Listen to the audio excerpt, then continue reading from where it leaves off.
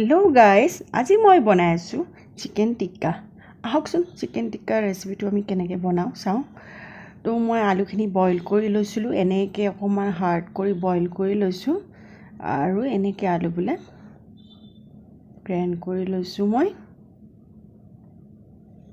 আৰু তেতিয়া মানে কি যিবিলাক গোটা গোটা পিচ থাকে এনেকৈ নাথাকে। আৰু ইয়াতে মই একদম মিহি মিহিকৈ কাটি পিঁয়াজ দিছোঁ আৰু চিকেন বইল কৰি চিকেনখিনি মিক্সিত মই পেষ্ট কৰি দি দিছোঁ, যাতে চব মিক্স হৈ যায় ধুনীয়াকৈ খাবলৈ। আৰু ইয়াতে মই আদা নহৰু অকণমান দি দিছোঁ পেষ্ট, আৰু জালুকৰ গুড়ি মই অকণমান দি দিছোঁ, আৰু অকণমান হালধি গুড়ি দি দিছোঁ, আৰু অকণমান জলকীয়াৰ গুড়ি দিছোঁ। বেছি জ্বলা হ'লে খাব নোৱাৰিব বাচ্চাবিলাকে। আৰু নিমখ পৰিমাণে দিছোঁ, আৰু ইয়াতে চাট মছলা আধা চামুচ দি দিছোঁ। দি পেলাই ভালকৈ মই মিক্স কৰি সানি লৈছোঁ।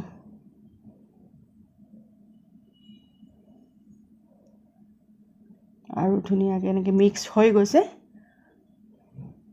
আৰু মই হাতখনত অকণমান তেল লগাই লৈছোঁ, আৰু লৈ পেলাই এটা এটাকৈ মই আলু টিক্কা এনেকৈ বনাই লৈছোঁ। বিৰাটেই ইজি হয়, মানে গধূলি চাহৰ লগত খাবলৈও ভাল এনেকৈ। আৰু মানে কি টিফিনতো দিব পাৰি এনেকৈ বনাই পেলাই বাচ্চাবিলাকক। আৰু মোৰ এয়া আলু টিক্কা এনেকৈ বনাই ল'ম এটা এটাকৈ।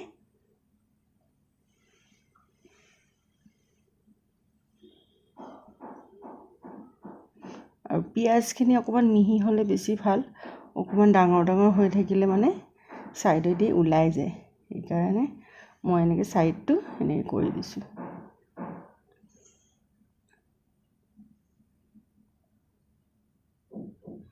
আৰু মোৰ এয়া আলু টিক্কা ৰেডি হৈ গ'ল বনোৱা। আৰু এতিয়া মই কৰ্ণফ্লাৱাৰ দিছোঁ, আৰু কৰ্ণফ্লাৱাৰত অকণমান নিমখ দিছোঁ আৰু পানী দি দিছোঁ। আৰু পানীখিনি দি মই ভালকৈ মিক্স কৰি লৈছোঁ কৰ্ণফ্লাৱাৰখিনি।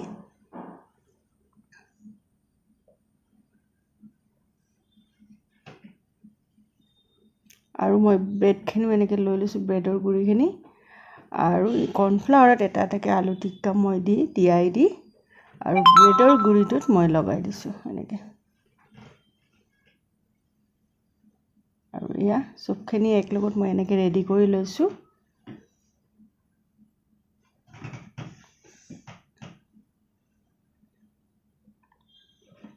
আৰু চবখিনি এনেকৈ ৰেডি কৰি লৈছোঁ। আৰু গৰম ৰিফাইন তেল কৰি গৰম তেলত দি দিছোঁ, মিডিয়াম আঁচ কৰি মই এটা এটাকৈ আলু টিক্কাবিলাক।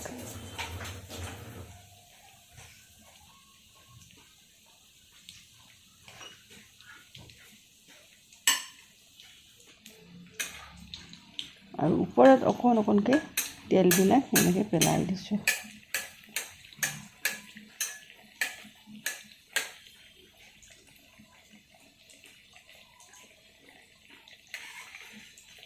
আৰু এতিয়া এটা এটাকৈ মই পাল্টাই দিছোঁ এনেকৈ।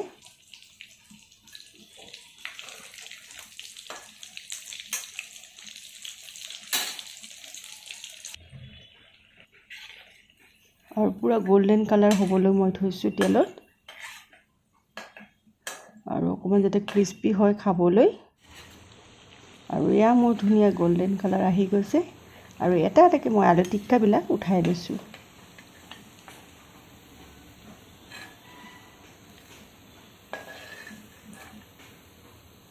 আৰু গৰম গৰম খাবলৈ চাহৰ লগতে হওক বিৰাটেই ভাল লাগে। আৰু মই এটা নতুন সিহঁতক বাচ্চাবিলাকক বনাই দিম তেনেকৈ খাব লাগে। আৰু বাকীকেইটাও মই এনেকৈয়ে বনাই ল'লোঁ একেলগত।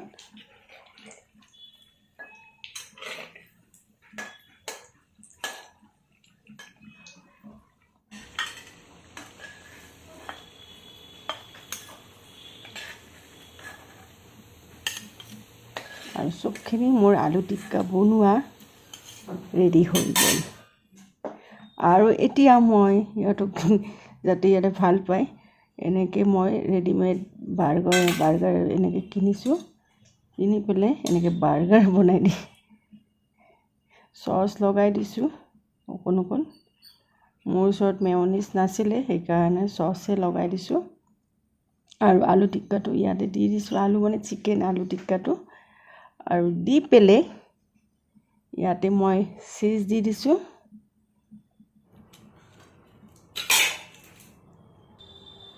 আৰু অনিয়ন এপিচ বিলাহী এপিচ আৰু এনেকৈ জইন কৰি দিছোঁ আৰু সিহঁতৰ বাৰ্গাৰ ৰেডি এইটো বাচ্চাৰ কাৰণে ছাৰপ্ৰাইজ বাৰ্গাৰ ৰেডি হৈ গ'ল আৰু বিৰাটেই হেপী খাবলৈ যেনে বাৰ্গাৰ বনাইছোঁ মই আৰু খুবেই ভাল লাগিছে